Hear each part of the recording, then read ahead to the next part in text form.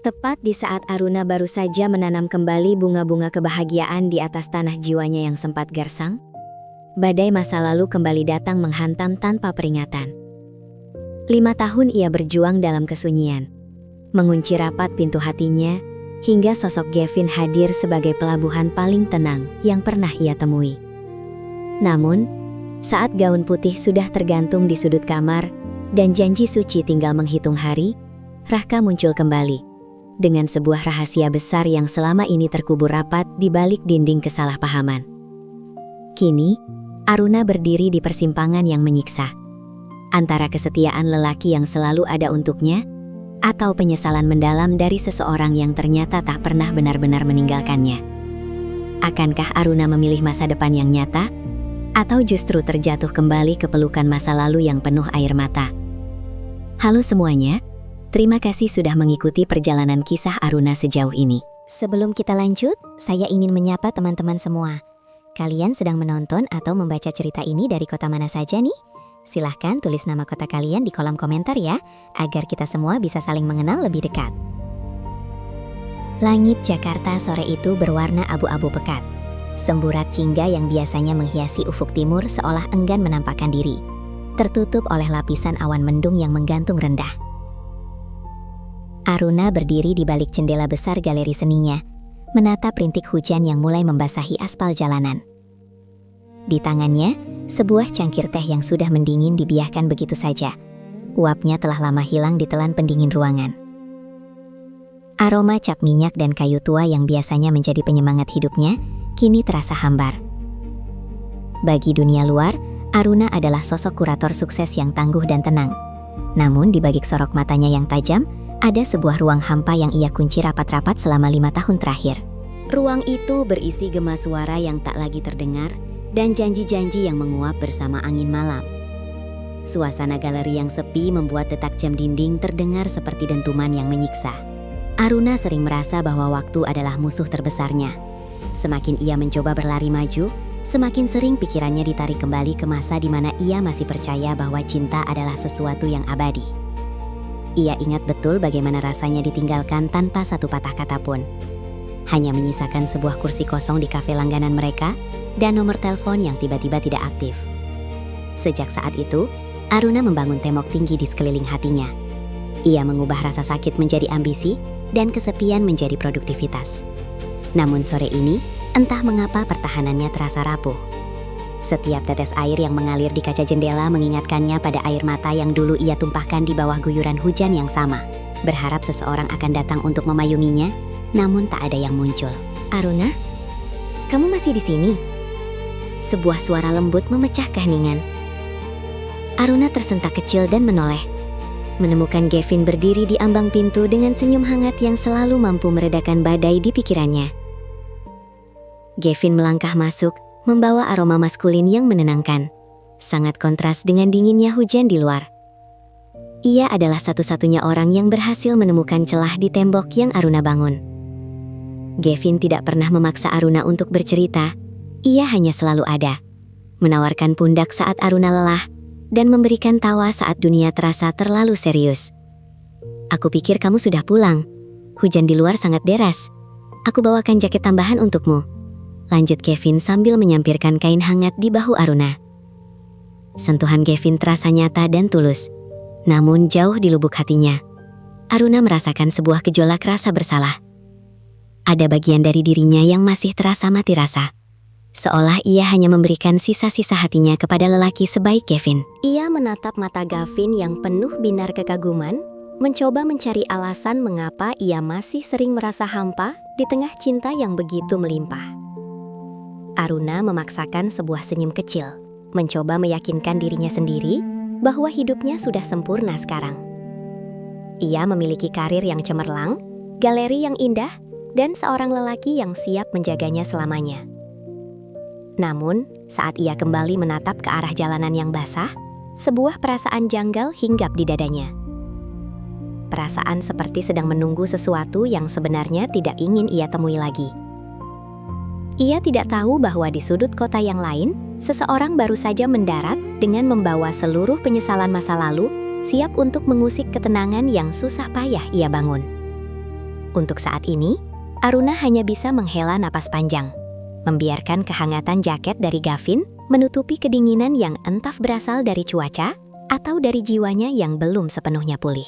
Kedinginan yang menjalar di jiwa Aruna perlahan sedikit mencair saat Gavin menggenggam jemarinya, membawa kesadaran bahwa ia tidak lagi sendirian di tengah badai.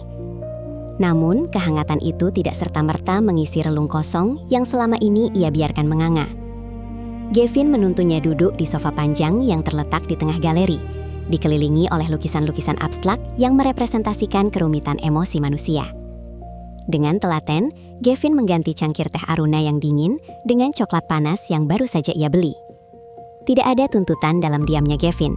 Lelaki itu memahami bahwa bagi Aruna, keheningan bukanlah tanda ketidakhadiran, melainkan cara untuk memproses segala hiruk-pikuk di kepalanya. Aruna menatap uap yang mengepul dari coklat panasnya, mencoba memfokuskan pikiran pada masa kini. Selama bertahun-tahun, ia telah melatih dirinya untuk menjadi mekanis, bekerja, makan, tidur, dan mengulanginya lagi tanpa memberi ruang bagi perasaan yang terlalu dalam. Baginya, perasaan adalah variabel yang berbahaya, sesuatu yang bisa menghancurkan tatanan hidup yang sudah ia susun dengan rapi. Namun, Gavin adalah anomali. Kehadiran Gavin yang konsisten selama 2 tahun terakhir, perlahan-lahan mengikis trauma yang mengakar.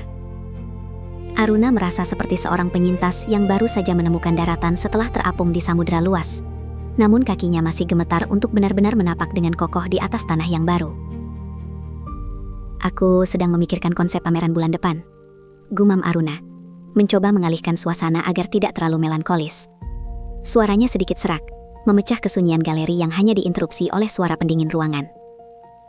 Gavin bersandar pada sandaran sofa, memperhatikan wajah Aruna dengan saksama. Ia tahu benar bahwa ketika Aruna mulai membicarakan pekerjaan di jam-jam pribadi seperti ini, itu adalah bentuk pelarian dari sesuatu yang lebih besar.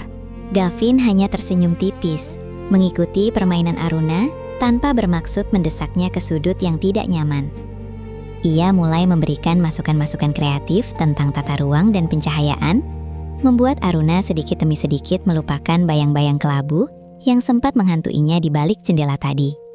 Meski begitu, di tengah percakapan hangat itu, Aruna tetap merasa ada sebuah tabir yang menghalanginya untuk memberikan diri sepenuhnya. Ada ketakutan yang tidak rasional, bahwa jika ia terlalu bahagia, semesta akan kembali mengambilnya dengan cara yang lebih menyakitkan. Ia melihat Gavin sebagai pelabuhan yang aman, namun hatinya masih seringkali merasa seperti rumah yang ditinggalkan penghuninya. Megah di luar, namun berdebu dan sunyi di dalam. Setiap kali Gavin memberikan pujian atau menunjukkan kasih sayang yang tulus, Aruna seringkali merasa tidak layak. Ia merasa sedang membohongi lelaki itu, karena masih ada bagian dari dirinya yang tersangkut di masa lalu. Di sebuah stasiun kereta, saat seseorang melepaskan tangannya tanpa menoleh kembali. Malam semakin larut, dan hujan di luar berubah menjadi gerimis tipis, yang menyisakan bau tanah yang basah. Gavin akhirnya berpamitan setelah memastikan Aruna merasa lebih baik, meninggalkan sebuah kecupan ringan di kening yang terasa seperti sebuah janji perlindungan. Setelah pintu galeri terkunci dan lampu-lampu mulai dipadamkan, Aruna kembali berdiri sendirian.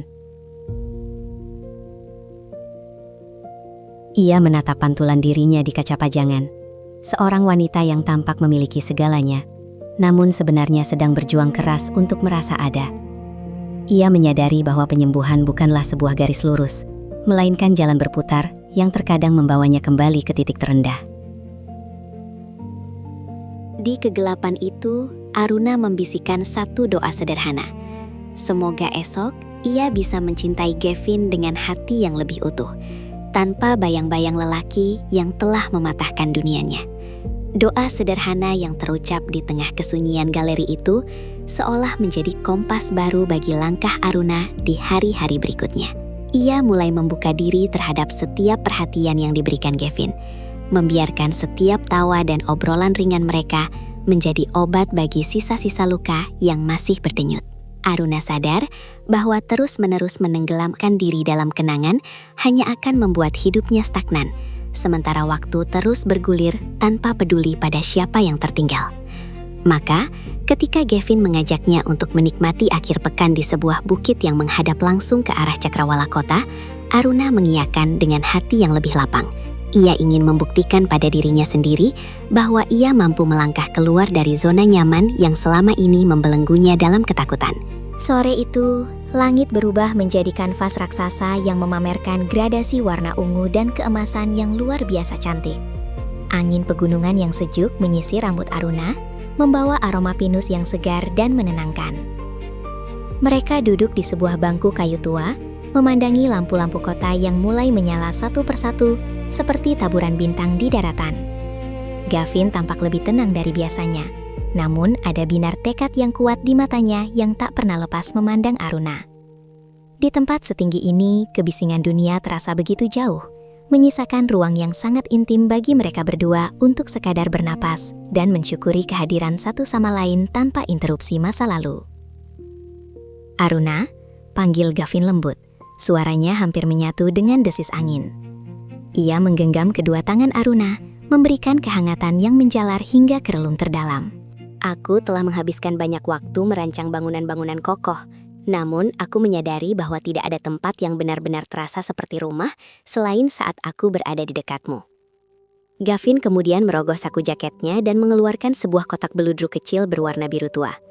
Ketika kotak itu terbuka, sebuah cincin dengan permata sederhana namun elegan berkilau tertimpa cahaya senja yang tersisa. Aruna terpaku, napasnya seolah tertahan di tenggorokan saat melihat kesungguhan yang terpancar dari wajah lelaki di hadapannya. Tidak ada kata-kata puitis yang berlebihan, hanya sebuah tawaran untuk membangun masa depan bersama di atas fondasi kejujuran. Aruna menatap cincin itu, lalu beralih pada wajah Gavin yang sabar menanti. Di detik itu ia menyadari bahwa kebahagiaan bukanlah sesuatu yang akan datang secara otomatis setelah luka sembuh, melainkan sebuah keputusan yang harus diambil dengan keberanian. Bayangan tentang stasiun kereta dan perpisahan pahit 5 tahun lalu tiba-tiba terasa sangat jauh dan buram, kalah oleh sinar harapan yang ditawarkan Gavin. Aruna merasa inilah saatnya ia berhenti menjadi tawanan memorinya sendiri dan mulai menulis bab baru yang lebih cerah. "Iya Gavin, aku mau," jawab Aruna dengan suara mantap. Sebuah pernyataan yang sekaligus menjadi tanda bahwa ia telah memilih untuk melepaskan beban lamanya. Air mata haru menggenang di sudut matanya saat Gavin menyematkan cincin itu di jari manisnya.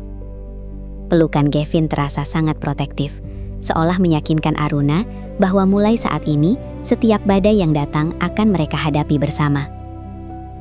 Mereka menghabiskan sisa malam itu dengan merencanakan hal-hal kecil yang manis, tanpa menyadari bahwa di tempat lain, seseorang sedang membolak-balik foto lama dengan tangan gemetar, bersiap untuk merusak kedamaian yang baru saja Aruna temukan.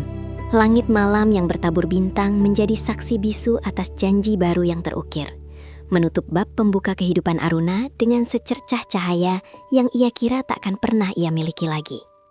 Langit malam yang bertabur bintang itu perlahan memudar, berganti dengan fajar yang membawa semangat baru bagi Aruna saat ia melangkah masuk ke galerinya dengan binar yang berbeda di matanya. Cincin di jarinya menjadi pengingat konkret bahwa ia telah memilih masa depan, dan setiap sudut ruangan yang biasanya terasa melankolis kini tampak lebih hidup. Persiapan pameran besar tahunan mulai dilakukan dengan intensitas tinggi, namun Aruna menjalaninya tanpa beban. Ia merasa telah benar-benar menutup pintu bagi segala kemungkinan buruk, yakin bahwa pondasi yang ia bangun bersama Gavin sudah cukup kuat untuk menahan guncangan apapun. Namun, dunia memiliki caranya sendiri untuk menguji keteguhan hati seseorang, tepat di saat mereka merasa paling aman. Tepat seminggu setelah pertunangan itu, sebuah mobil hitam mewah berhenti di depan galeri, menarik perhatian para staf yang sedang sibuk menata instalasi seni. Seorang pria dengan setelan formal yang sangat rapi keluar, membawa aura otoritas yang kuat, namun dibalut dengan ketenangan yang ganjil. Aruna yang sedang memeriksa daftar inventaris di meja resepsionis tidak menaruh curiga, mengira itu hanyalah perwakilan investor dari perusahaan konsorsium yang memang dijadwalkan datang untuk meninjau potensi kerjasama baru. Ia merapikan pakaiannya, memasang senyum profesional terbaiknya, dan bersiap menyambut tamu penting tersebut untuk memberikan presentasi mengenai visi artistik galerinya ke depan. "Selamat siang, selamat datang di..." Kalimat Aruna terputus seketika. Udara di sekitarnya seolah mendadak tersedot habis saat pria itu melepas kacamata hitamnya. Detak jantung Aruna yang semula teratur, kini berpacu liar, menghantam rongga dadanya dengan keras, hingga jemarinya gemetar hebat. Di hadapannya berdiri Raka, Sosok yang selama 5 tahun ini hanya muncul sebagai bayangan hitam dalam mimpi buruknya.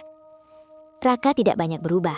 Garis rahangnya masih tegas dan tatapan matanya tetap menyimpan kedalaman yang sulit diartikan. Namun ada gurat kelelahan dan kesedihan yang samar di wajah pria itu. Sebuah pemandangan yang tak pernah Aruna duga akan ia saksikan setelah sekian lama perpisahan tanpa kabar itu terjadi. Keheningan yang mencekam menyelimuti lobi galeri, membuat suara hiruk-pikuk staf di lantai atas terdengar seperti suara dari dimensi lain. Raka menatap Aruna dengan intensitas yang membuat Aruna ingin melarikan diri, namun kakinya seolah terpaku di atas lantai marmer. Tidak ada kata sapaan yang keluar, hanya ada pertukaran energi yang penuh dengan emosi terpendam, kemarahan yang belum tuntas, dan pertanyaan-pertanyaan yang tak pernah terjawab. Aruna mencoba mengatur nafasnya, berusaha keras mengembalikan topeng profesionalismenya yang telah retak seribu. Ia menyadari bahwa pria di depannya bukan sekedar investor, melainkan badai besar yang datang untuk menghancurkan cuaca cerah yang baru saja ia nikmati. "Aruna, apa kabar?" Suara Raka terdengar rendah dan bergetar, membawa kembali ribuan memori yang mati-matian Aruna kubur di dasar ingatannya. Aruna mengepalkan tangannya di bawah meja, merasakan pinggiran cincin dari Gavin menekan kulitnya. Sebuah jangkar yang ia butuhkan agar tidak tenggelam dalam pusaran emosi.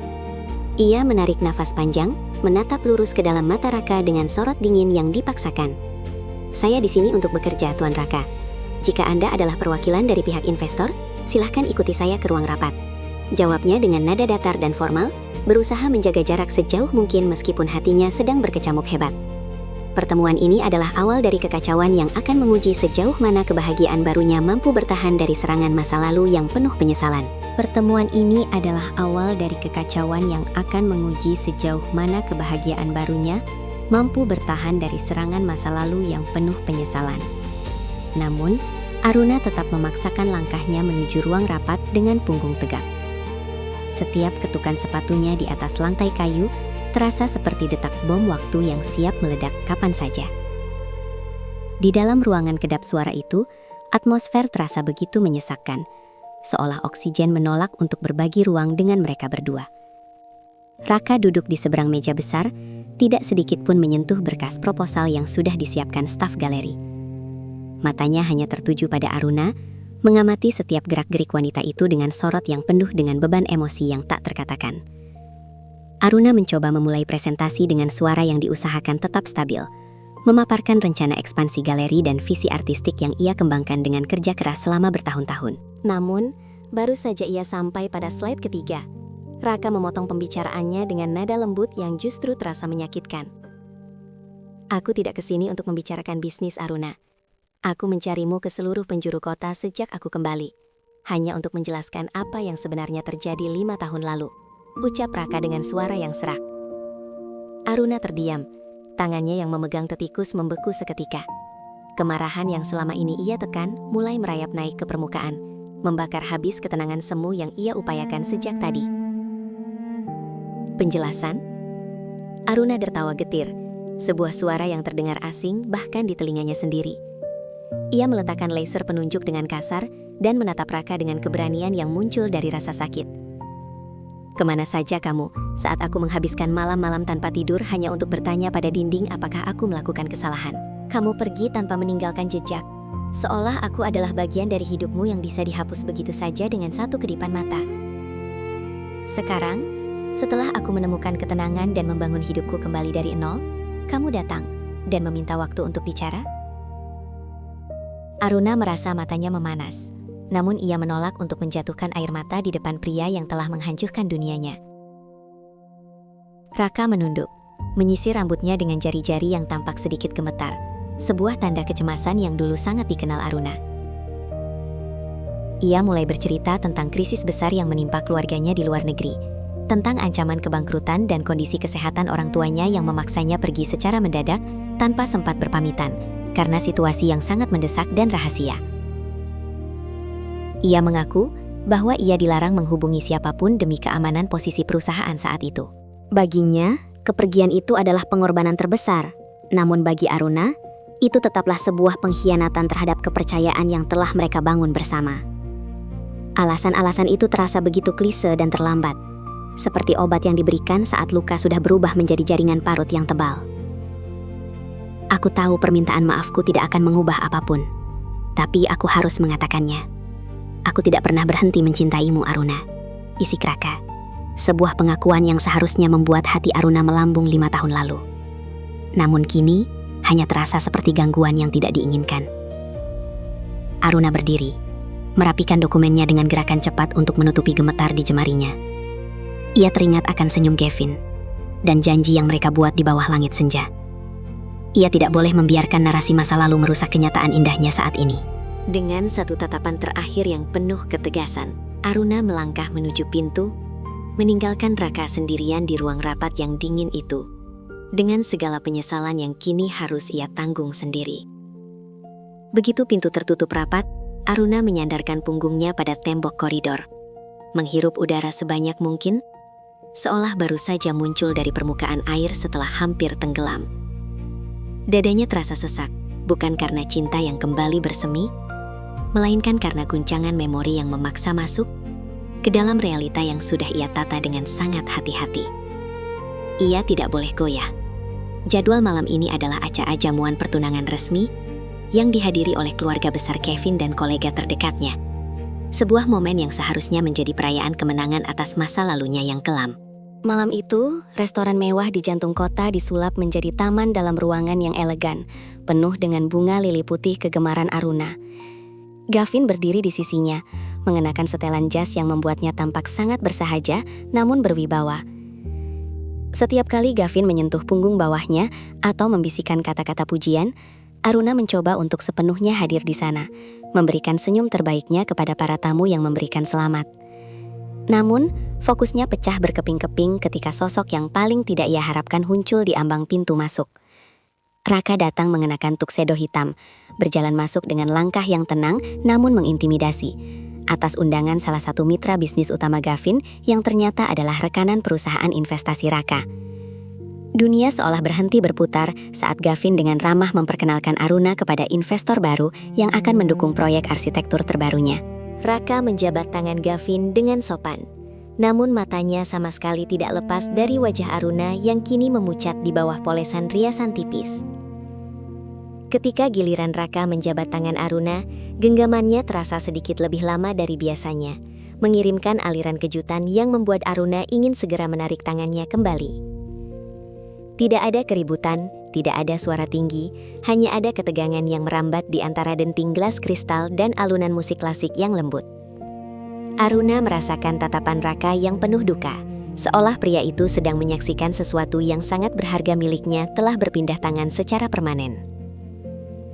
Sepanjang acara, Aruna merasa seperti sedang berjalan di atas tali tipis yang siap putus. Ia melihat bagaimana Raka mengamati setiap interaksinya dengan Gavin dari sudut ruangan, memperhatikan bagaimana Gavin memperlakukannya dengan penuh hormat. Ada satu momen ketika Gavin mengecup jemari Aruna setelah sebuah pidato singkat. Dan di sana, Aruna menangkap ekspresi hancur di wajah Raka yang mencoba disembunyikan di balik gelas minumannya. Ironisnya, melihat penyesalan yang begitu nyata pada diri Raka justru menimbulkan getaran aneh di hati Aruna. Bukan rasa suka, melainkan sebuah pertarungan batin antara keinginan untuk membalas dendam dengan menunjukkan kebahagiaannya atau merasa iba pada pria yang dulu sangat ia puja. Saat jamuan hampir berakhir, Aruna melangkah ke balkon untuk mencari udara segar. Namun, ia mendapati Raka sudah berada di sana, menatap lampu-lampu jalanan yang berpijar di kejauhan. Dia pria yang baik, Aruna. Lebih baik daripada aku yang dulu pengecut. Gumam Raka tanpa menoleh, suaranya hampir hilang terbawa angin malam yang kencang. Kalimat itu menghujam jantung Aruna lebih dalam daripada makian apapun. Ia tidak menjawab, hanya menggenggam erat pagar balkon hingga buku-buku jarinya memutih. Di bawah langit malam yang sama dengan malam pertunangannya di bukit, Aruna menyadari bahwa kepulangan Raka bukan sekedar gangguan kecil, melainkan ujian sesungguhnya untuk membuktikan apakah cintanya pada Gavin adalah rumah yang sesungguhnya atau hanya sekedar tempat berteduh sementara dari hujan masa lalu yang tak kunjung reda. Ia meninggalkan balkon tanpa sepatah kata pun, mengabaikan kehadiran Raka yang masih terpaku dalam penyesalannya sendiri. Setibanya di rumah, suasana sunyi apartemennya justru terasa mencekam. Aruna berjalan menuju sudut gudang kecil di dekat kamarnya. tempat ia menyimpan beberapa barang yang belum sempat ia bongkar sejak pindah 6 bulan lalu. Di sana, tertumpuk di bawah tumpukan buku seni, sebuah kotak kayu jati berukir motif daun yang nampak berdebu menanti untuk ditemukan kembali. Dengan napas yang agak berat, Aruna membuka penutup kotak itu, membiarkan aroma kayu tua dan sisa-sisa wangi parfum yang samar memenuhi indranya. Di dalamnya tersimpan potongan-potongan sejarah yang pernah ia anggap sebagai harta karun, tiket bioskop yang tulisannya sudah memudar, sapu tangan bordir, dan setumpuk foto polaroid yang menangkap tawa 2 orang remaja yang belum mengenal kerasnya dunia. Aruna mengambil salah satu foto, di mana ia dan Raka berdiri di depan sebuah gerobak es krim. Tampak begitu cerah dan penuh keyakinan. Melihat foto itu sekarang, ia merasa seperti sedang melihat orang asing. Ada rasa pedih yang asing menyelinap masuk. Bukan karena ia ingin kembali ke masa itu, melainkan karena ia menyadari betapa banyaknya waktu yang terbuang untuk meratapi kehilangan yang seharusnya tidak pernah ia tangisi sedalam itu. Ia mulai bertanya-tanya, apakah komitmen yang kepada Gavin lahir dari sebuah pemulihan yang tulus, ataukah sekadar bentuk pelarian agar ia tidak perlu lagi menghadapi kehampaan yang serupa. Gavin adalah sosok yang sempurna. Ia tidak pernah memberikan satupun alasan bagi Aruna untuk merasa ragu. Namun, kehadiran Raka yang tiba-tiba seolah menjadi cermin yang merefleksikan retakan kecil dalam jiwanya yang ia kira sudah tertutup rapat. Aruna membelai permukaan kayu kotak itu, merenungkan betapa rapuhnya kebahagiaan manusia jika dibangun di atas fondasi yang belum benar-benar dibersihkan dari puing-puing masa lalu. Logikanya berteriak bahwa Gavin adalah masa depan yang ia butuhkan. Namun hatinya, yang sedikit keras kepala, mulai mempertanyakan apakah ia sudah cukup jujur pada dirinya sendiri. Kesunyian malam itu semakin larut, dan Aruna masih tertuduk di lantai, dikelilingi oleh benda-benda yang seharusnya sudah ia buang sejak lama. Ia merasa seperti seorang penjelajah yang menemukan peta lama saat hampir sampai di tujuan barunya. Ada dorongan kuat untuk membakar semua isi kotak itu dan menghapusnya dari sejarah hidupnya. Namun ada pula rasa enggan yang aneh, seolah-olah menghancurkan benda-benda ini berarti menghapus bagian dari dirinya yang pernah mencintai dengan begitu berani. Konflik batin ini mulai mengikis ketenangan yang ia pamerkan di depan umum, membuatnya merasa sangat lelah secara emosional. Pagi harinya, saat sinar matahari mulai menerobos masuk melalui celah gorden, Aruna masih menemukan dirinya memegang sebuah gantungan kunci kecil berbentuk kompas yang dulu diberikan Raka, sebagai simbol bahwa mereka akan selalu menemukan jalan pulang. Ia menatap kompas yang jarumnya tidak lagi berfungsi itu, lalu beralih menatap cincin tunangannya yang berkilau di jari manisnya. Perbandingan itu terasa sangat kontras. Masa lalu yang rusak dan masa depan yang berkilau.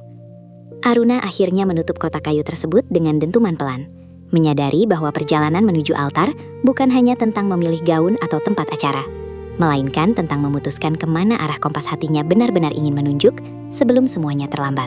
Aruna akhirnya menutup kotak kayu tersebut dengan dentuman pelan, menyadari bahwa perjalanan menuju altar bukan hanya tentang memilih gaun atau tempat acara, melainkan tentang memutuskan kemana arah kompas hatinya benar-benar ingin menunjuk sebelum semuanya terlambat. Namun sebelum ia sempat menyembunyikan kotak itu kembali ke dalam kegelapan gudang, bel pintu apartemennya berbunyi, memecah kesunyian pagi yang masih berkabut. Di ambang pintu berdirilah seorang wanita muda dengan wajah yang sangat familiar, namun tampak jauh lebih dewasa dari terakhir kali Aruna melihatnya. Ia adalah Maya, adik perempuan Raka, yang dulu sering menganggap Aruna sebagai kakak perempuannya sendiri. Maya tidak datang dengan tangan kosong, ia mendekap sebuah amplop coklat tebal yang tampak lusuh di bagian sudutnya. Tanpa banyak basa-basi, Maya memohon waktu sebentar untuk berbicara, membawa suasana yang penuh urgensi sekaligus kecemasan. Mereka duduk di ruang tamu yang terang, namun kehadiran Maya seolah membawa awan mendung ke dalam ruangan tersebut. "Kak Aruna, aku tahu ini mungkin tidak sopan dan mengusik ketenanganmu," buka Maya dengan suara yang sedikit bergetar. Ia kemudian meletakkan amplop coklat itu di atas meja marmer, tepat di samping vas bunga segar yang baru saja dibelikan Gavin kemarin sore. Isi di dalam amplop itu ternyata adalah puluhan surat yang ditulis oleh Raka selama 5 tahun perpisahan mereka. Maya menjelaskan bahwa selama ini Raka terus menulis surat-surat tersebut setiap minggu. Namun karena tekanan dari keluarga besar dan situasi hukum perusahaan yang sangat pelik kala itu, semua surat tersebut ditahan oleh orang tua mereka agar Raka tidak memiliki alasan untuk kembali sebelum masalah selesai. Raka dilarang menghubungi siapapun dan surat-surat itu hanya berakhir di laci meja kerja Maya yang disembunyikan rapat-rapat. Maya merasa tidak sanggup lagi menyimpan rahasia ini setelah melihat betapa hancurnya sang kakak saat mengetahui Aruna telah bersama orang lain. Aruna meraih salah satu surat dengan tangan yang dingin. Ia membaca baris demi baris tulisan tangan Raka yang menceritakan betapa tersiksanya pria itu berada di negeri orang tanpa kepastian. Tentang bagaimana ia setiap hari membayangkan wajah Aruna untuk tetap bertahan hidup di tengah krisis yang menghimpit. Surat-surat itu bukanlah sekedar permintaan maaf, melainkan sebuah jurnal kerinduan yang sangat mendalam dan jujur. Aruna merasakan sesak yang luar biasa di dadanya. Segala narasi tentang Raka yang jahat dan tidak peduli, yang ia bangun selama 5 tahun untuk bertahan hidup, kini hancur berkeping-keping di depan matanya sendiri. Realita ini menghantam Aruna jauh lebih keras daripada kemunculan Raka secara fisik. Ia menyadari bahwa selama ini, ia membenci sebuah bayangan yang salah, sebuah kesalahpahaman raksasa yang tidak pernah diberi kesempatan untuk diluruskan. Maya kemudian pamit dengan air mata di pelupuk mata, meninggalkan Aruna sendirian dengan tumpukan kertas yang kini terasa lebih berat daripada batu. Aruna menatap surat-surat itu, lalu beralih menatap foto Gavin di atas nakas. Pertarungan antara logika yang mengatakan bahwa masa lalu tetaplah masa lalu, dengan hati yang mulai meragukan segala keputusannya, membuat kepalanya terasa ingin pecah. Ia kini berada di titik di mana kebenaran bukan lagi membebaskan, melainkan menjadi penjara baru yang mengurungnya dalam dilema yang menyakitkan. Ia kini berada di titik di mana kebenaran bukan lagi membebaskan, melainkan menjadi penjara baru yang mengurungnya dalam dilema yang menyakitkan. Membuat setiap jengkal apartemennya terasa menyempit, meski jendela besar telah dibuka lebar. Aruna menghabiskan waktu berjam-jam hanya dengan duduk mematung. Sementara jemarinya sesekali menyentuh tekstur kertas surat yang mulai menguning tersebut.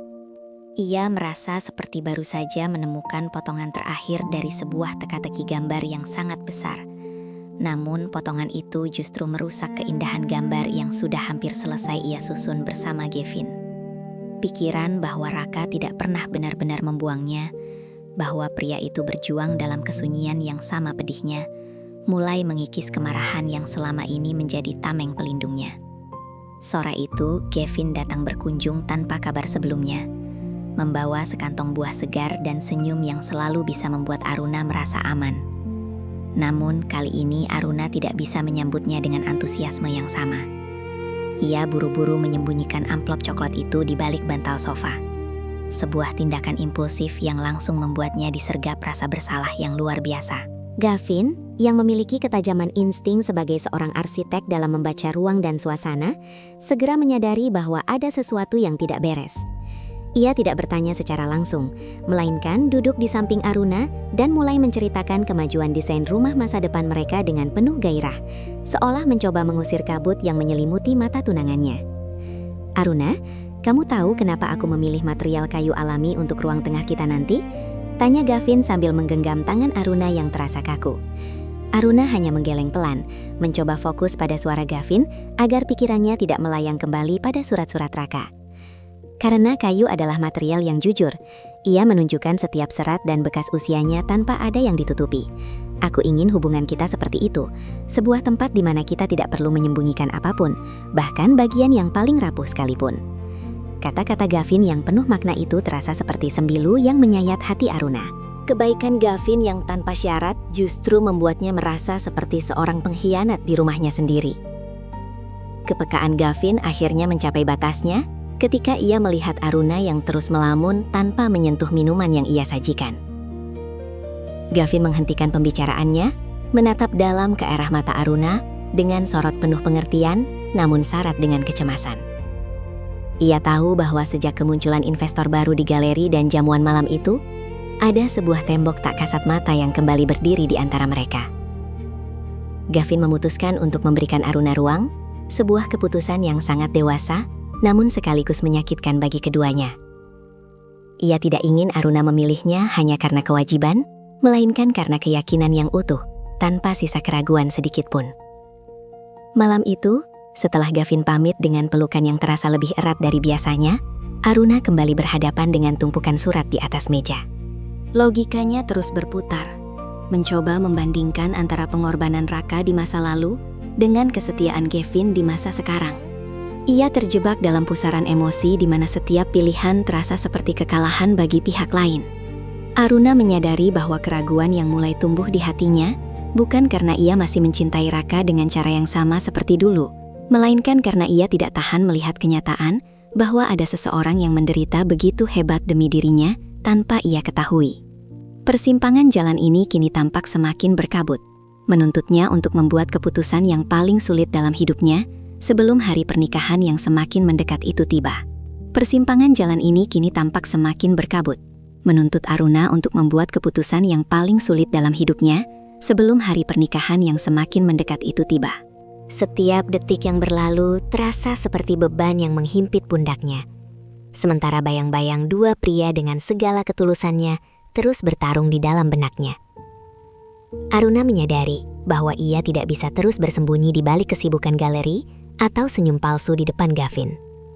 Ia butuh sebuah titik akhir, sebuah konfrontasi yang bisa benar-benar memutus ikatan masa lalu atau justru mengukuhkan masa depannya.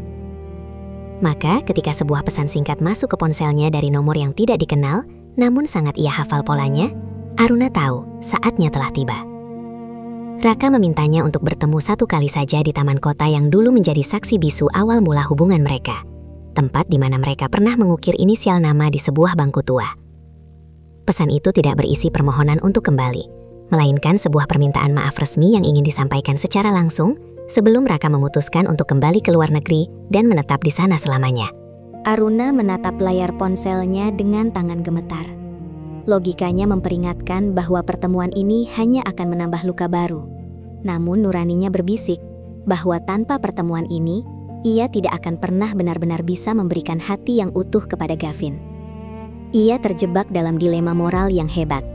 Haruskah ia pergi demi sebuah penutupan, atau tetap tinggal demi menjaga perasaan tunangannya? Di sisi lain, persiapan pernikahan mereka terus berjalan seolah tanpa hambatan.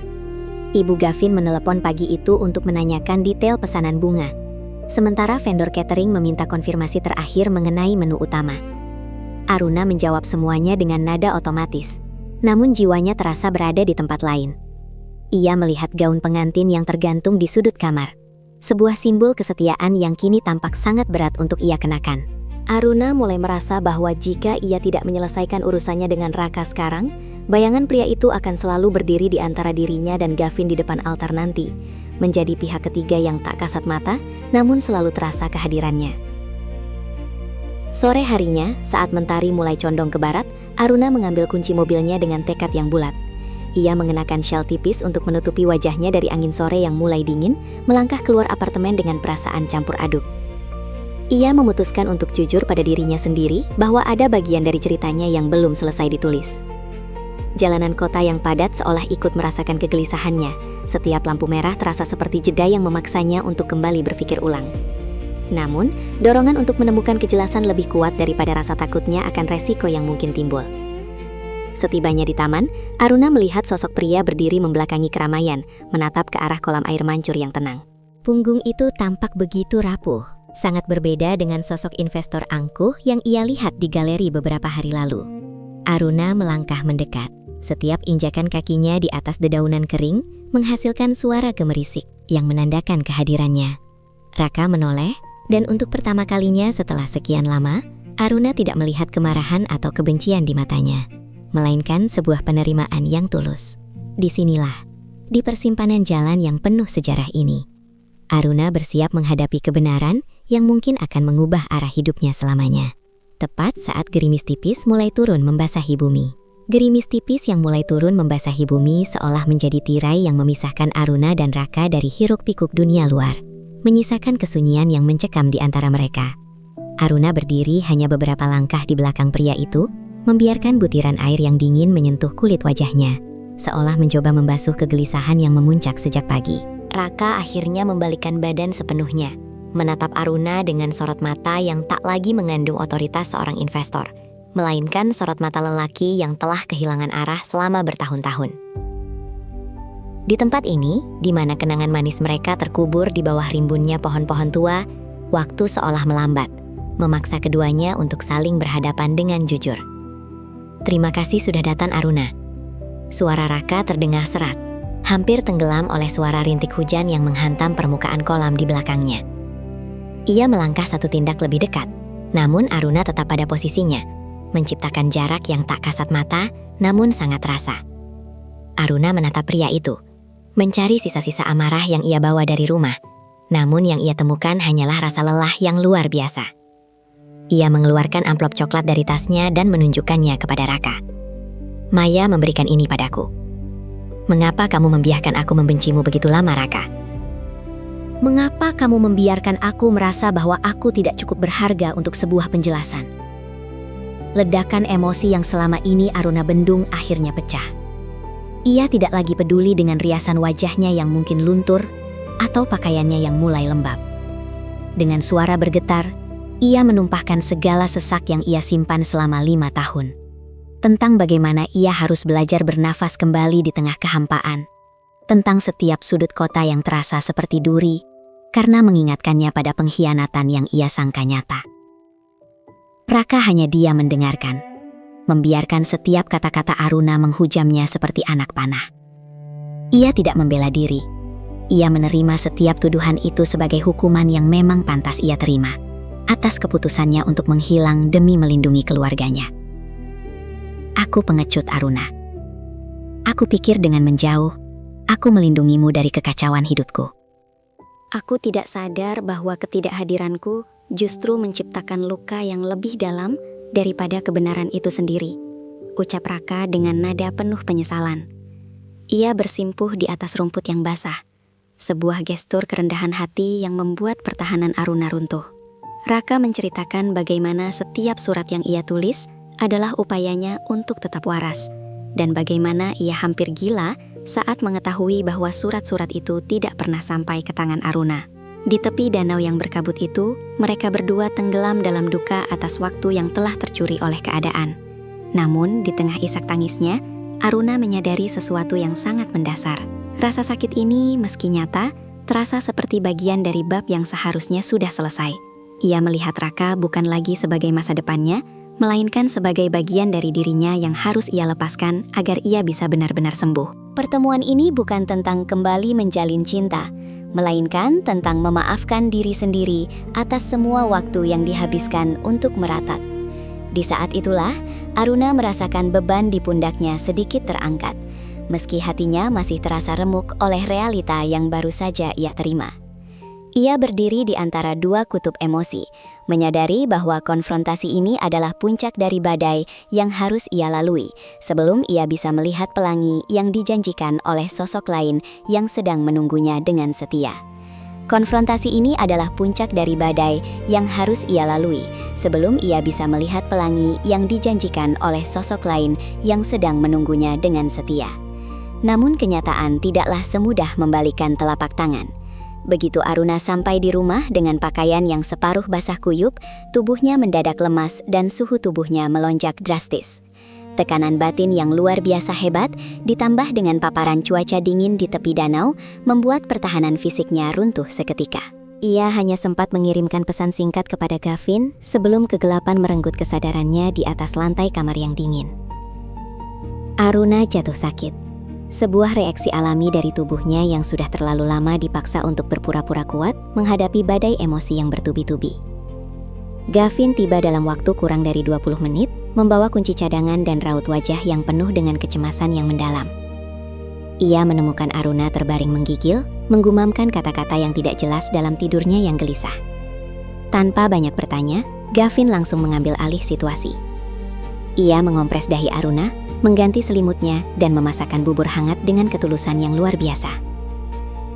Selama 3 hari berikutnya, Gavin tidak pernah meninggalkan sisi Aruna. Bahkan ia rela menunda beberapa rapat penting di kantor arsitekturnya, hanya untuk memastikan Aruna mendapatkan asupan cairan yang cukup. Kesetiaan Gavin terasa begitu murni, sebuah pengabdian tanpa pamrih yang seharusnya membuat Aruna merasa menjadi wanita paling beruntung di dunia. Namun, di tengah kondisi fisiknya yang melemah, batin Aruna justru semakin tersiksa oleh perhatian yang datang dari dua arah berbeda. Setiap pagi, sebuah buket bunga segar dan keranjang buah basahan organik tiba di depan pintu apartemennya tanpa kartu ucapan. Namun, Aruna tahu persis siapa pengirimnya. Melalui jenis bunga yang dipilih, bunga yang pernah menjadi simbol percakapannya dengan Raka di masa lalu.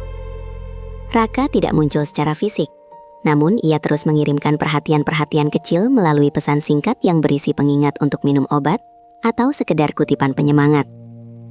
Aruna terjepit di antara kenyataan yang hangat dari tangan Gavin yang memijat keningnya dan bayang-bayang penyesalan Raka yang terus mengetuk pintu hatinya melalui ruang digital.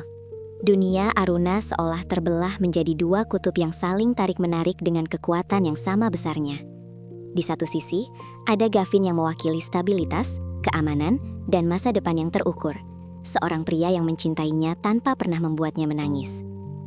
Di sisi lain, ada Raka yang mewakili nostalgia, luka yang baru saja terjelaskan, dan sebuah cinta yang tumbuh dari reruntuhan penderitaan selama 5 tahun.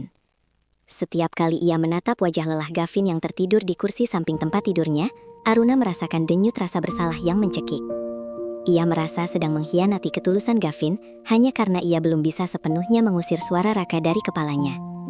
Dilema ini menjadi semakin meruncing ketika kesehatan Aruna mulai pulih, namun kesehatan mentalnya justru semakin menurun. Ia mulai menarik diri dari pembicaraan mengenai persiapan pernikahan, seringkali terdiam lama saat Gavin menunjukkan katalog cincin atau desain undangan. Ketegangan yang tak terucap ini mulai menciptakan jarak emosional yang baru, sebuah kabut tebal yang membuat Gavin mulai menyadari bahwa meski tubuh Aruna ada di depannya, jiwanya masih terjebak di suatu tempat yang tidak bisa ia jangkau. Aruna kini harus berhadapan dengan kenyataan pahit bahwa penyakit fisiknya mungkin akan sembuh, namun luka di hatinya membutuhkan keputusan drastis yang mungkin akan menghancurkan kebahagiaan salah satu pria yang sangat mencintainya. Ketegangan yang menggantung di udara akhirnya mencapai titik jenuh ketika suatu sore, Gavin mendapati sebuah kurir mengantarkan sebuah kotak bludru hitam berisi jam tangan vintage yang sangat langka ke apartemen Aruna.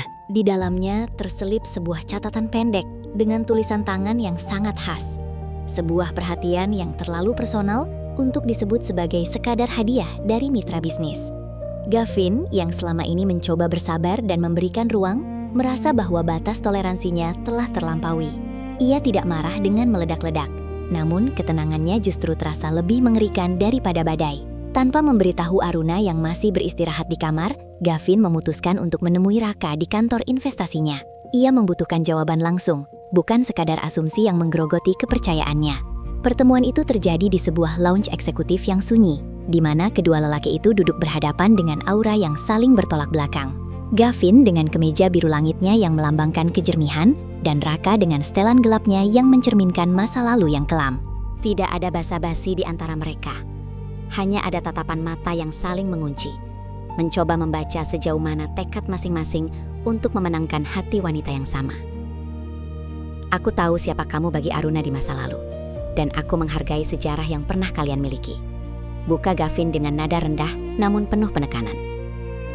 Ia meletakkan kotak hadiah dari Raka di atas meja marmer dengan gerakan perlahan. Tapi Aruna sekarang adalah tunanganku. Dia sedang membangun masa depan, bukan sedang mencari jalan kembali ke belakang. Berhenti mengirimkan hal-hal yang hanya akan menambah beban pikirannya saat dia sedang mencoba untuk pulih. Gavin menyatakan dengan tegas bahwa ia mencintai Aruna lebih dari sekadar emosi sesaat. Ia mencintainya dengan kesiapan untuk membangun kehidupan yang nyata dan stabil. Raka tersenyum pahit, menyandarkan punggungnya pada kursi kulit yang mewah. Kamu beruntung memiliki dia di saat dia sudah menjadi wanita yang hebat, Gavin. Aku mengenalnya saat dia masih belajar tentang hidup, dan aku yang merusak kepercayaan itu. Aku tidak berniat mencurinya darimu, tapi aku tidak bisa membiarkan dia berpikir bahwa aku pergi karena aku tidak mencintainya. Balas Raka dengan suara yang terdengar hancur. Ia mengakui bahwa kehadirannya mungkin mengganggu, namun penyesalan yang ia bawa selama ini bukanlah sesuatu yang bisa ia padamkan begitu saja, hanya dengan perintah orang lain. Ia melihat ke arah Gavin dengan rasa iri yang jujur, menyadari bahwa lelaki di depannya memiliki sesuatu yang dulu ia sia-siakan. Gavin terdiam sejenak, melihat kejujuran dalam kerapuhan Raka. Namun cintanya pada Aruna jauh lebih besar daripada rasa ibanya pada pria di hadapannya. Ia berdiri, merapikan jasnya, dan menatap Raka untuk terakhir kalinya. Aku akan melepaskan Aruna jika dia sendiri yang memintanya. Karena dia menemukan kebahagiaannya bersamamu. Tapi selama dia memilih untuk menggenggam tanganku, aku tidak akan membiarkan siapapun, termasuk kamu, melepaskannya dengan paksa. Pernyataan itu menjadi penutup konfrontasi yang singkat namun sangat membekas. Gavin melangkah pergi meninggalkan Raka yang masih terpaku, menyadari bahwa pertarungan yang sesungguhnya bukan terjadi di antara mereka berdua, melainkan di dalam hati Aruna yang kini sedang berada di ambang keputusan paling krusial dalam hidupnya. Setibanya di rumah, Gavin tidak menceritakan pertemuan itu, namun keheningan yang ia bawa terasa lebih berat dari biasanya. Aruna, yang sudah mulai bisa duduk di balkon sambil menikmati udara malam, merasakan perubahan atmosfer itu.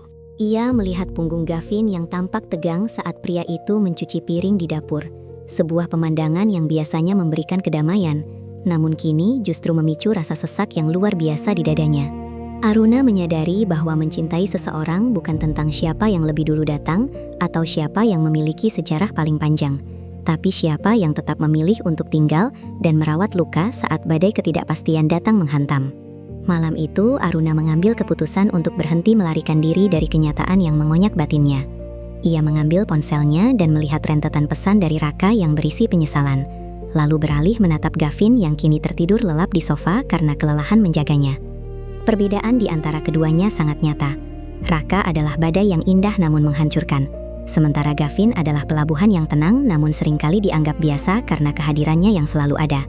Aruna mulai merenungkan kembali arti kebahagiaan yang sesungguhnya. Apakah ia ingin mengejar bayangan masa lalu yang kini sudah terjelaskan? Ataukah ia ingin menghargai dedikasi pria yang telah membuktikan cintanya melalui tindakan nyata, bukan sekedar surat-surat yang tertahan waktu? Persiapan pernikahan yang hanya tinggal menghitung hari, seolah menjadi jam pasir yang butirannya mulai habis. Aruna berjalan menuju meja kerjanya, menyalakan lampu kecil, dan mengeluarkan selembar kertas kosong. Ia tidak menulis surat cinta, melainkan daftar kejujuran untuk dirinya sendiri. Ia menyadari bahwa rasa iba yang ia rasakan terhadap Raka bukanlah cinta yang sama seperti 5 tahun lalu. Itu adalah rasa kemanusiaan atas penderitaan seseorang, namun membiarkan rasa iba itu menghancurkan komitmennya pada Gavin adalah sebuah kesalahan besar. Ia harus mengambil keputusan final sebelum cahaya fajar menyentuh ufuk timur, karena ia tidak ingin melangkah ke altar dengan keraguan yang menyelinap di balik cadar putihnya. Klimaks dari pergulatan batinnya terjadi saat ia secara tidak sengaja menemukan catatan kecil di saku jaket Gavin yang tersampir di kursi. Catatan itu berisi jadwal obat Aruna, pantangan makanannya, dan daftar kontak dokter yang bisa dihubungi jika terjadi keadaan darurat. Tidak ada kata-kata puitis di sana, hanya deretan fakta yang membuktikan betapa Gavin mengutamakan nyawa dan kenyamanan Aruna di atas segalanya. Di detik itu, hati Aruna seolah terkunci pada sebuah kepastian. Air mata jatuh membasahi kertas di tangannya, namun kali ini bukan air mata kesedihan, melainkan air mata kelegaan. Ia tahu persis apa yang harus ia lakukan untuk mengakhiri drama yang melelahkan ini. Esok paginya, Aruna meminta Gavin untuk duduk bersamanya di balkon.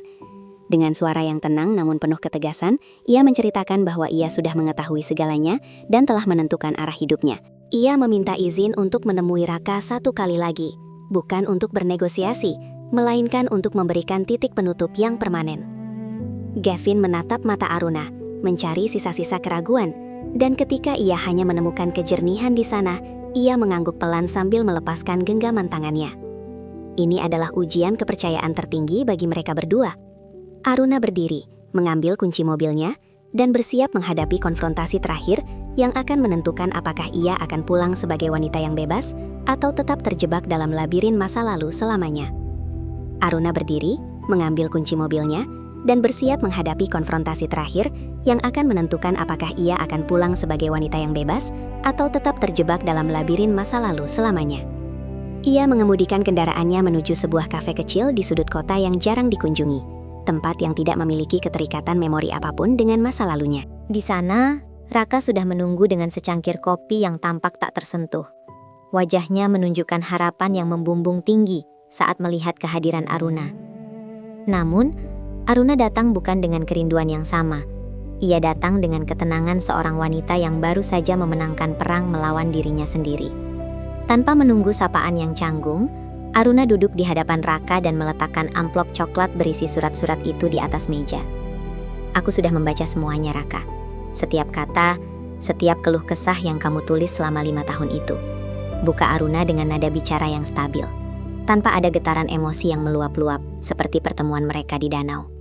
Raka mencoba meraih tangan Aruna, namun Aruna dengan halus menariknya kembali. Sebuah penolakan sopan yang menjadi tanda batas yang sangat jelas. Ia menatap Raka dengan tatapan yang penuh pengampunan. Namun, pengampunan itu tidak dibarengi dengan keinginan untuk merajut kembali benang yang telah putus. Aruna menjelaskan bahwa meski ia kini memahami alasan dibalik kepergian Raka, pemahaman itu tidak mengubah kenyataan bahwa hidup terus berjalan selama 5 tahun terakhir. Ia menceritakan betapa ia telah tumbuh menjadi pribadi yang baru, pribadi yang tidak lagi membutuhkan validasi dari masa lalu untuk merasa utuh. Surat-surat ini adalah bukti bahwa kita pernah saling mencintai dengan hebat, tapi mereka juga menjadi pengingat bahwa masa itu sudah selesai. Kamu terjebak dalam penyesalan, sementara aku sudah membangun rumah di tempat lain, lanjut Aruna. Kalimat itu terasa telak, menghantam harapan Raka hingga tak bersisa. Namun Aruna menyampaikannya tanpa niat untuk menyakiti. Raka menunduk, menyadari bahwa ia memang telah terlambat. Penyesalan yang ia bawa selama ini adalah jangkar yang menahannya untuk maju. Sementara Aruna sudah lama memotong tali jangkar itu dan berlayar menuju samudra yang lebih tenang. Ia melihat cincin yang melingkar di jari manis Aruna, sebuah simbol yang kini tampak begitu pas dan tak terjatuhkan. Di titik ini, Raka menyadari bahwa mencintai Aruna sekarang berarti membiarkannya pergi tanpa beban rasa bersalah lagi. Ia harus berhenti menjadi hantu dalam kehidupan Aruna jika ia benar-benar menginginkan wanita itu bahagia. Aku mengerti Aruna. Aku tidak akan mengganggumu lagi, bisik Raka akhirnya. Sebuah pernyataan yang seolah melepaskan beban berat dari pundak mereka berdua. Aruna tersenyum tipis, sebuah senyuman tulus yang menandakan bahwa ia benar-benar telah berdamai dengan sejarah mereka. Ia berdiri, meninggalkan surat-surat itu untuk disimpan oleh Raka sebagai kenangan atas pertumbuhan mereka masing-masing. Saat Aruna melangkah keluar dari kafe tersebut, ia merasa udara di sekitarnya menjadi jauh lebih ringan. Ia telah berhasil melepas jangkar masa lalunya, dan kini ia siap kembali ke pelabuhan sejatinya dengan hati yang sepenuhnya murni dan merdeka. Saat Aruna melangkah keluar dari kafe tersebut, ia merasa udara di sekitarnya menjadi jauh lebih ringan. Seolah beban ribuan ton yang selama ini menghimpit dadanya, menguap bersama angin siang yang sejuk. Ia tidak langsung menghidupkan mesin mobilnya, melainkan terdiam sejenak di balik kemudi, membiarkan keheningan meresap ke dalam pori-pori kulitnya. Ada kepuasan batin yang tak terlukiskan ketika ia menyadari bahwa ia mampu menghadapi Raka tanpa rasa benci, namun juga tanpa keinginan untuk kembali. Baginya, pertemuan tadi bukan sekedar perpisahan, melainkan sebuah upacara pembersihan jiwa yang selama ini tertunda. Namun Aruna tahu bahwa kepulangan yang sesungguhnya bukanlah ke apartemennya, melainkan kepada kejujuran yang harus ia sampaikan kepada pria yang kini sedang menantinya dengan penuh kecemasan. Aruna menemukan Gavin sedang berdiri di balkon, menatap cakrawala kota yang mulai tertutup semburat jingga. Langkah kaki Aruna yang mendekat membuat Gavin menoleh, dan untuk pertama kalinya dalam beberapa minggu terakhir, ia melihat mata Aruna kembali bercahaya. Tidak ada lagi kabut kelabu yang menghalangi kejernihan sorot matanya. Aruna berdiri di samping Gavin, membiarkan bahu mereka bersentuhan, sebuah kontak fisik yang kini terasa sangat alami dan tanpa beban. Ia mulai bercerita tentang setiap detail percakapannya dengan Raka, tanpa ada satupun fakta yang ia tutupi atau perhalus. Aruna ingin membasuh setiap luka ketidakpastian yang sempat singgah di antara mereka dengan kejujuran yang paling murni. Aku minta maaf karena sempat membuatmu ragu, Gavin. Aku sempat tersesat dalam labirin masa lalu karena aku pikir aku berhutang penjelasan pada luka lama itu, ucap Aruna sambil menggenggam tangan Gavin erat-erat. Ia mengakui bahwa ada momen di mana ia merasa goyah, bukan karena rasa cinta pada orang lain, melainkan karena rasa bersalah terhadap waktu yang terbuang sia-sia. Gavin mendengarkan dengan penuh perhatian. Tidak ada interupsi atau tatapan menghakimi. Ia menyadari bahwa kejujuran Aruna adalah bentuk penghormatan tertinggi bagi hubungan mereka.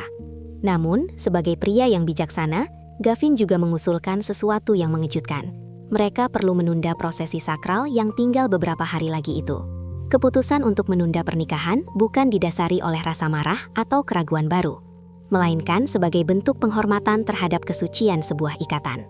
Gavin ingin Aruna melangkah ke altar bukan sebagai seorang penyintas yang baru saja lolos dari badai, melainkan sebagai seorang wanita yang benar-benar telah selesai dengan dirinya sendiri.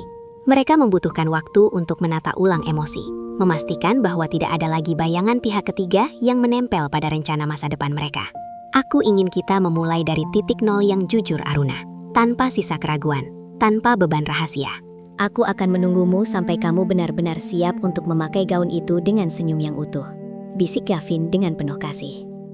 Minggu-minggu berikutnya menjadi masa refleksi yang sangat berharga bagi keduanya. Aruna kembali memfokuskan energinya pada galeri, namun kali ini dengan semangat yang lebih segar dan perspektif yang lebih dewasa.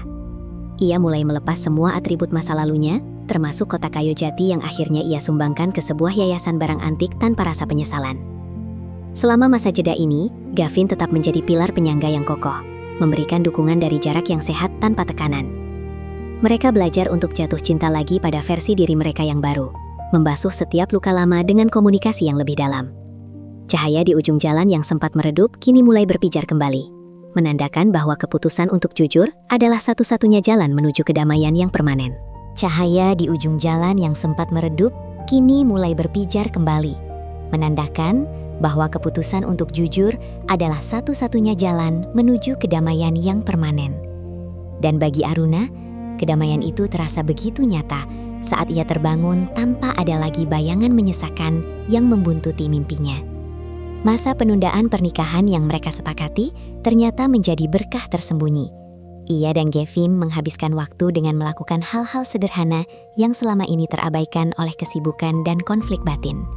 Mereka mendaki bukit-bukit kecil di pinggiran kota, memasak bersama tanpa resep yang pasti, dan berdiskusi tentang filosofi hidup di sela-sela waktu senggang. Dalam setiap interaksi itu, Aruna menemukan sisi lain dari Gavin yang semakin membuatnya yakin bahwa pilihannya tidak pernah salah. Gavin terbukti bukan hanya seorang pria yang sabar, melainkan seorang pendamping yang mampu merayakan setiap langkah kecil kesembuhan Aruna. Ia tidak pernah mengungkit kejadian dengan Raka sebagai senjata dalam argumen mereka, melainkan menganggapnya sebagai sejarah yang membentuk Aruna menjadi wanita yang lebih tangguh dan bijaksana. Kematangan emosional ini membuat Aruna merasa sangat dihargai sebagai manusia, bukan sekadar sebagai objek kasih sayang. Aruna menyadari bahwa cinta sejati tidak menuntut kesempurnaan tanpa noda, melainkan kesediaan untuk tetap saling menggenggam meski di tengah retakan yang belum sepenuhnya tertutup. Ia merasa jiwanya telah pulih sepenuhnya, dan kini ia tidak lagi memakai cincin tunangannya karena rasa kewajiban, melainkan karena rasa syukur yang meluap-luap. Persiapan pernikahan yang sempat tertunda kini dilanjutkan dengan energi yang jauh lebih positif dan ringan. Kali ini, Aruna tidak lagi merasa cemas saat memilih dekorasi atau menentukan daftar tamu. Ia mengganti tema pernikahan yang semula formal dan kaku menjadi sebuah perayaan kebun yang hangat dan intim, hanya dihadiri oleh orang-orang yang benar-benar mengenal perjalanan panjang mereka. Aruna ingin setiap elemen di hari bahagianya mencerminkan kejujuran dan keterbukaan yang telah mereka perjuangkan. Bahkan, gaun pengantin yang dulu terasa sangat berat saat dicoba, kini terasa sangat pas dan nyaman di tubuhnya.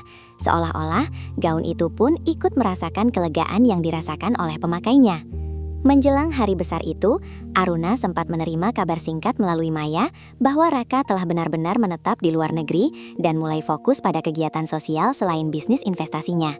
Kabar itu diterima Aruna dengan senyuman kecil, sebuah harapan tulus agar pria dari masa lalunya itu juga menemukan kedamaiannya sendiri.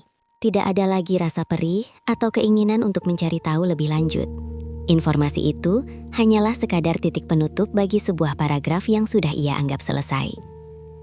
Aruna kini benar-benar fokus pada pria yang sedang sibuk mengatur pencahayaan di taman galeri untuk acara syukuran kecil mereka esok malam.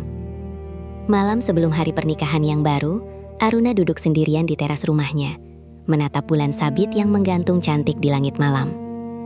Ia merenungkan bagaimana hidup seringkali membawa kita berputar-putar hanya untuk menguji seberapa besar kita menghargai kebahagiaan yang ada di depan mata.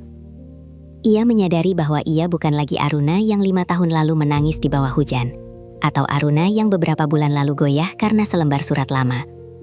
Ia adalah wanita yang telah melalui badai dan memilih untuk pulang ke pelukan yang paling tulus.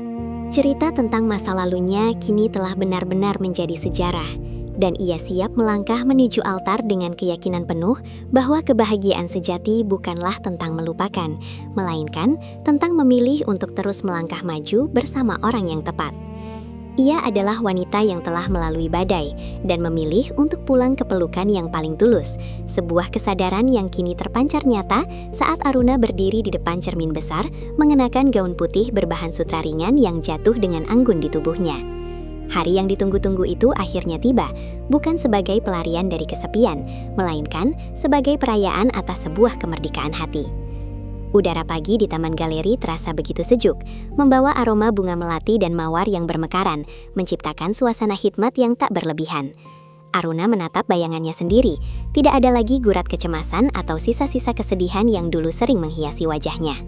Ia telah memaafkan masa lalunya, dan dalam proses itu, ia menemukan versi terbaik dari dirinya sendiri. Langkah Aruna di atas karpet kelopak bunga terasa begitu mantap. Setiap jengkalnya membawa ia semakin dekat kepada Gavin yang sudah menanti di bawah lengkungan kayu berhias tanaman rambat hijau. Gavin berdiri di sana dengan setelan jas abu-abu. Matanya berkaca-kaca saat melihat Aruna berjalan menuju arahnya. Tidak ada pesta megah dengan ribuan tamu yang tak dikenal. Hanya ada keluarga inti dan sahabat terdekat yang menjadi saksi bisu atas janji suci mereka. Saat mereka saling berhadapan, dunia di sekitar seolah memudar, menyisakan ruang hampa yang hanya berisi getaran cinta yang jujur. Mereka mengucapkan janji pernikahan dengan suara yang jernih. Sebuah komitmen untuk saling menjaga, bukan hanya di saat matahari bersinar terang, tapi juga saat awan mendung mulai kembali menyelimuti langit kehidupan mereka.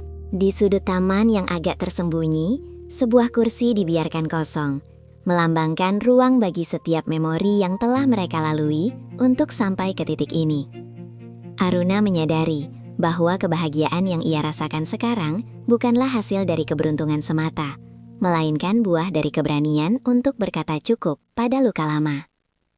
Saat Gavin menyematkan cincin emas di jemarinya, Aruna merasakan sebuah kekuatan baru yang mengalir dalam jiwanya. Ini adalah simbol dari sebuah siklus yang baru, di mana ia tidak lagi menjadi tokoh utama dalam drama penyesalan orang lain, melainkan sutradara bagi kebahagiaannya sendiri. Tepuk tangan meriah dari para tamu pecah saat mereka dinyatakan sah sebagai suami istri. Namun bagi Aruna, sorak-sorai yang paling berarti adalah kedamaian yang kini berbisik di dalam batinnya.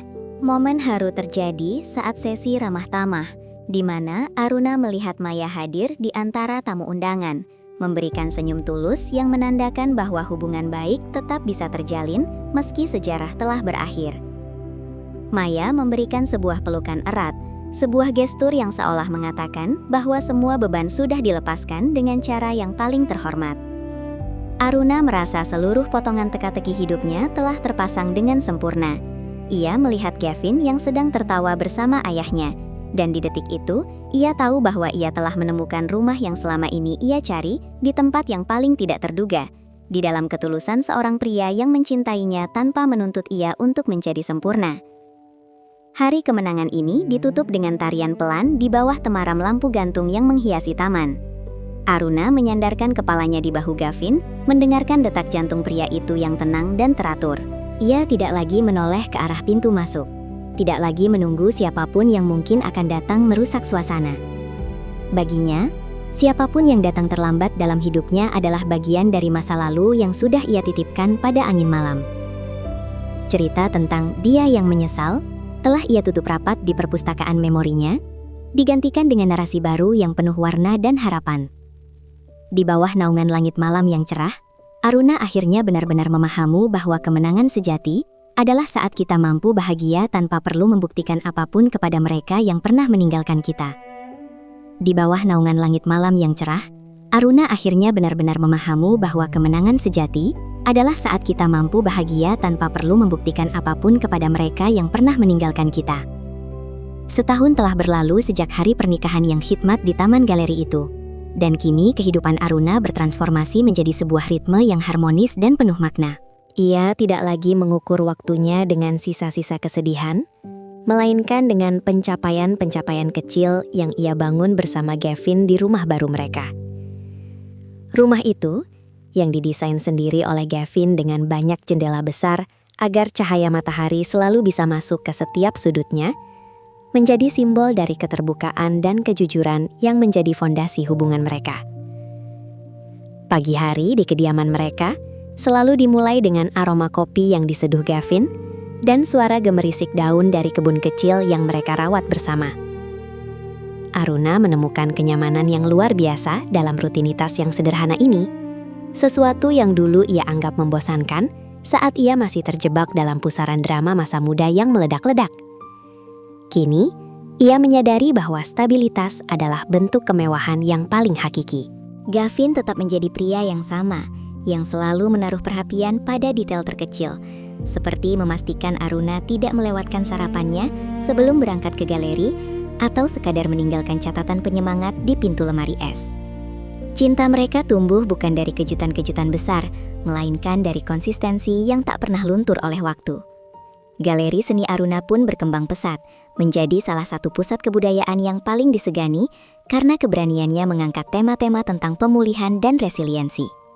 Aruna seringkali memberikan bimbingan kepada seniman-seniman muda yang sedang berjuang melawan trauma, menggunakan pengalamannya sendiri sebagai bahan refleksi tanpa harus membuka luka lama secara vulgar.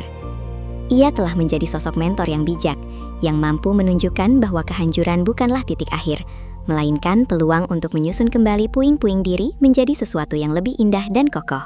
Ia bekerja dengan semangat yang tidak lagi dipicu oleh keinginan untuk membuktikan diri pada dunia, melainkan murni untuk mengekspresikan rasa syukurnya. Hubungan Aruna dengan keluarga Gavin pun semakin erat, memberikan ia rasa memiliki yang belum pernah ia rasakan sebelumnya. Ia belajar bahwa keluarga bukan hanya tentang pertalian darah, tapi tentang siapa yang bersedia menyediakan tempat duduk di meja makan saat kita merasa paling asing dengan diri sendiri. Aruna sering menghabiskan akhir pekan dengan membantu ibu Gavin di dapur atau berdiskusi tentang arsitektur dengan ayah Gavin, menciptakan jalinan kasih yang menghangatkan jiwanya yang dulu sempat terasa dingin dan terisolasi. Kehidupan sosialnya kini dipenuhi oleh orang-orang yang membawa energi positif, menjauhkan ia dari segala bentuk toksisitas yang dulu sempat ia anggap sebagai bagian dari romansa.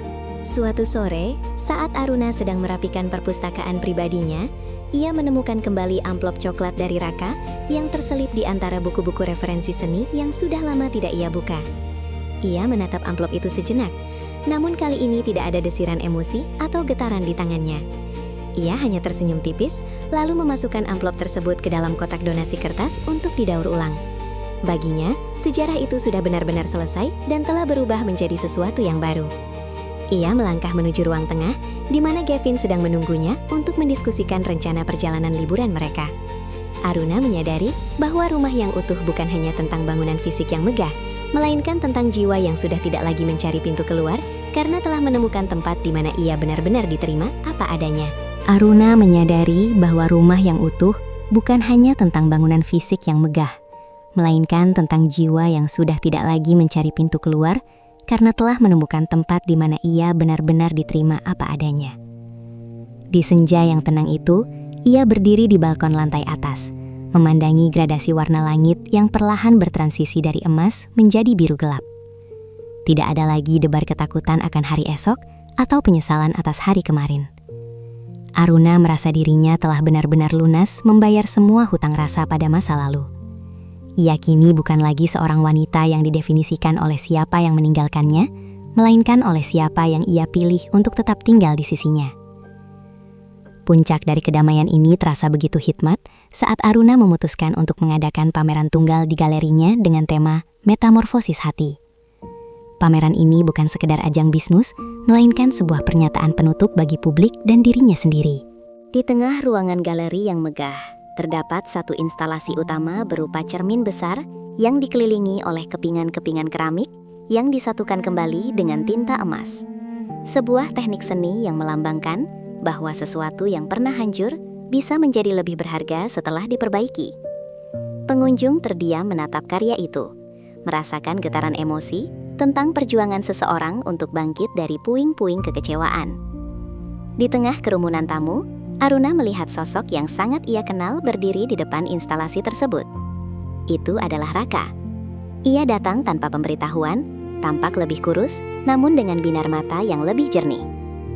Mereka tidak berbicara banyak, hanya sebuah anggukan kecil dari kejauhan yang menyampaikan ribuan kata yang tak perlu lagi diucapkan. Raka menatap karya Aruna, menyadari bahwa ia hanyalah bagian dari keramik yang pecah itu, sementara tinta emas yang menyatukannya adalah kasih sayang Gavin dan kekuatan tekad Aruna. Raka kemudian berbalik dan melangkah keluar, kali ini dengan langkah yang mantap. Seolah ia pun akhirnya menemukan keberanian untuk melepaskan bayang-bayang Aruna dan memulai hidupnya sendiri di tempat yang baru. Setelah galeri mulai sepi, Gavin mendekati Aruna, melingkarkan lengannya di bahu sang istri dengan penuh kebanggaan. "Kamu melakukannya, Aruna. Kamu mengubah luka menjadi cahaya bagi orang lain," bisik Gavin lembut. Aruna menyandarkan kepalanya, merasakan kehangatan yang konsisten itu meresap ke dalam hatinya. Ia menyadari bahwa pesan moral terbesar dalam perjalanannya adalah bahwa penyesalan seseorang di masa lalu bukanlah tanggung jawab kita untuk memperbaikinya. Kita tidak berkewajiban untuk merusak kebahagiaan masa depan hanya demi menebus kesalahan yang tidak kita perbuat. Kebahagiaan sejati adalah hak yang harus diperjuangkan, dan itu hanya bisa diraih saat kita berhenti menoleh ke belakang. Cerita ini berakhir bukan dengan sorak-sorai, melainkan dengan keheningan yang indah di bawah langit yang tak lagi mendung. Aruna dan Gavin berjalan beriringan keluar dari galeri, mematikan lampu satu persatu, meninggalkan masa lalu di dalam ruang-ruang gelap yang sudah terkunci rapat. Di luar, bintang-bintang mulai bersinar, menerangi jalan mereka menuju rumah yang hangat. Aruna telah membuktikan bahwa meski seseorang mungkin menyesal saat kita sudah bahagia dengan orang lain, penyesalan itu hanyalah sebuah catatan kaki dalam buku kehidupan kita yang baru. Yang terpenting adalah bagaimana kita menulis bab-bab selanjutnya dengan tinta kejujuran, kesetiaan, dan cinta yang tak lagi menuntut balasan dari masa lalu.